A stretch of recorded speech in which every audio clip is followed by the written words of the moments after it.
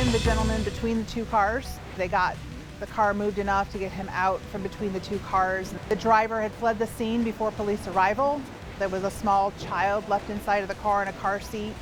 A man may lose his leg after police say he was hit and pinned between two cars by a suspected drunk driver.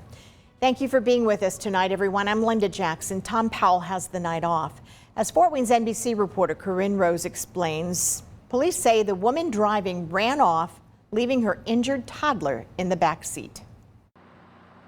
Police say just before 2 Friday morning, a car left a gas pump at the Speedway gas station in Waynedale and sped up, plowing into the back of a parked car and pinning a man in between. Investigators say the woman driving ran off, leaving her toddler strapped in her car seat with a minor head injury. For the life of me, I can't believe someone would leave a child behind in a car, but this isn't the first time we've seen this happen. Unfortunately. Police say they found evidence of alcohol at the scene and are looking for 28-year-old Brandy Johnson. She has 3 outstanding warrants. One of them is for OWI. The other 2 are for violation of probation from domestic charges. Sergeant Sofia Rosales-Catina says it took true teamwork to gingerly rescue the man from between the vehicles. It's kind of hard because you see this person pinned between. You got to be careful moving the cars away that you don't exacerbate an injury for someone. So it takes very special care to do that. Fire department was on scene to assist us with that. She says the 39-year-old man appears to be an innocent bystander in all of this, simply in the wrong place at the wrong time. He was taken to the hospital in critical condition and was scheduled for immediate surgery to try to save his leg. Because of this crash and her criminal history, police are asking for your help to find Brandy Johnson. We'd like to see her picked up as soon as possible on the warrants, as well as I think they are going to go ahead and do a probable cause affidavit for a pickup for her as well for the accident last night. Police ask that you call them if you know where she is. Corinne Rose, Fort Wayne's NBC. If you do know where Brandy Johnson is, police ask that you call the front desk at 427-1222, or you can always call Crime Stoppers at 436-7867 or STOP. Indiana State Police troopers are urging people this holiday weekend to drive sober or get pulled over. They are participating in a federally funded campaign that's placing more police on the streets and highways looking for dangerous and impaired drivers. Sergeant Brian Walker with the local ISP Post says there have been several crashes leading to backups just today. And he says with more drivers on the roads this holiday weekend, it's a good idea to slow down. So our drivers need to make sure that they're abiding by traffic laws, definitely maintaining a reduced speed at all times. We've seen a real problem here in the last couple months with extremely high speed violations, and with those extreme speeds come fatal accidents, fatal crashes, and that's what we're out here trying to target and prevent. Sergeant Walker says troopers will also be on the lookout for seatbelt and hands-free law violations. Good news if you're hitting the road this holiday weekend. Labor Day gas prices are set to be the lowest since 2004.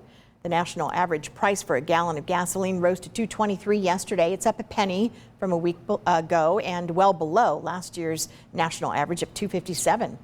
According to Gas Buddy, today's average could slide a few cents over the weekend. And in the past decade, the lowest price for gas, by the way, on Labor Day was in 2016 at $2.20.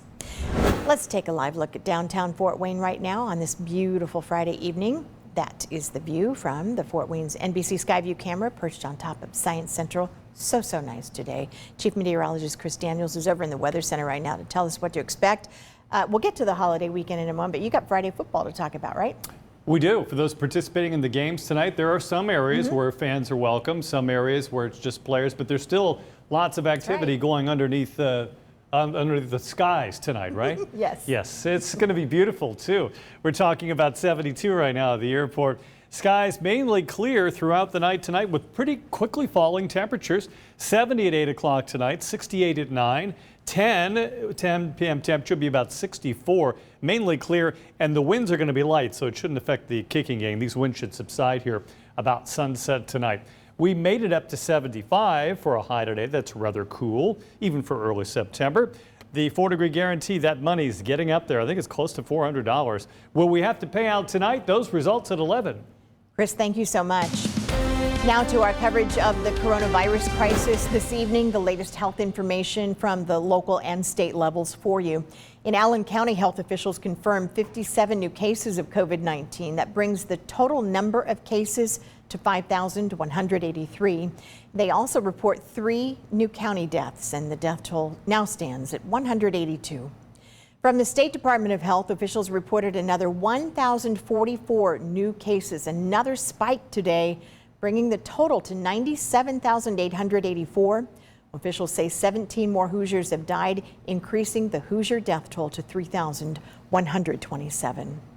Labor Day weekend is here, and Dr. Anthony Fauci is warning people in 7 different states, including the Hoosier state, that we are at high risk for a surge when it comes to coronavirus cases. Local health experts agree and say they are worried that this holiday weekend will not help.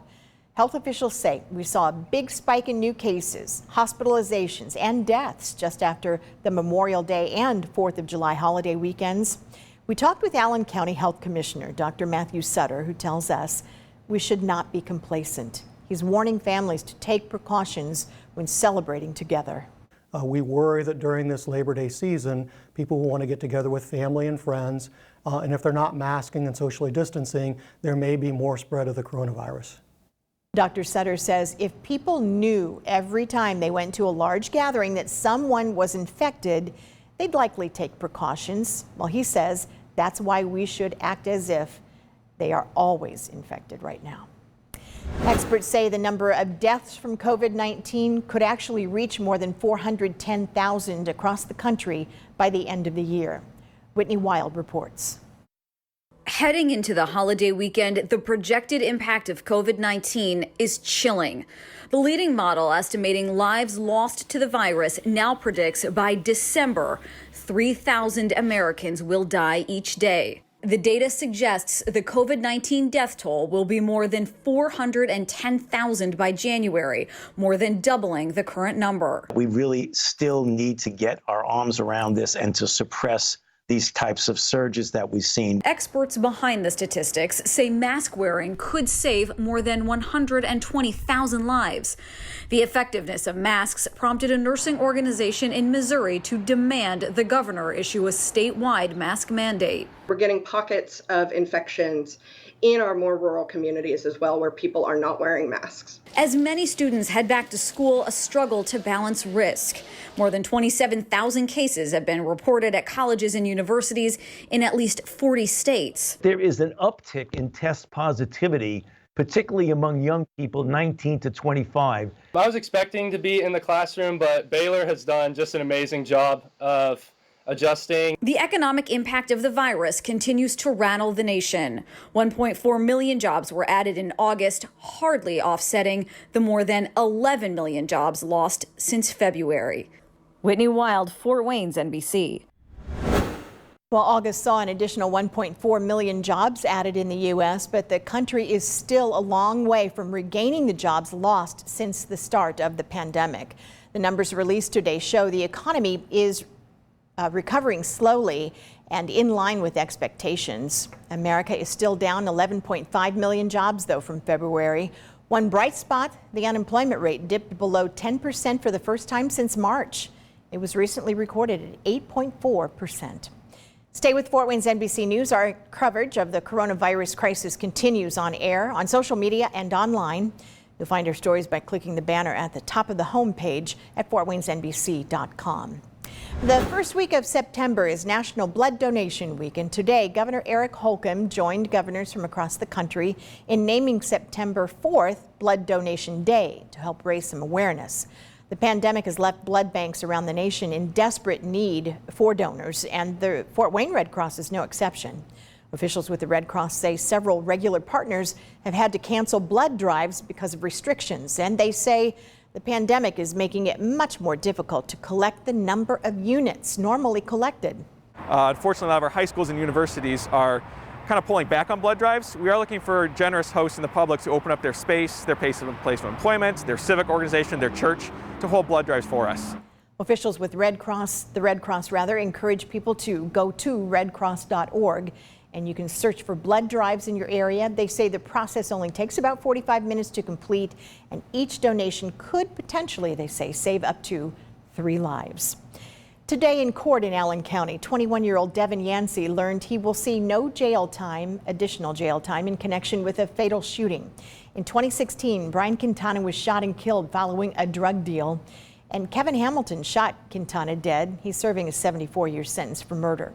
In early 2019, police arrested Yancey in connection with that case. At the time, Yancey faced several charges, including felony murder and robbery, but a hung jury resulted in a mistrial.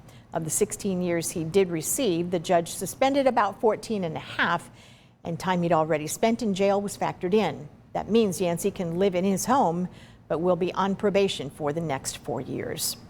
For drivers using a busy area on the south side of the fort near Foster Park, today brought some good news.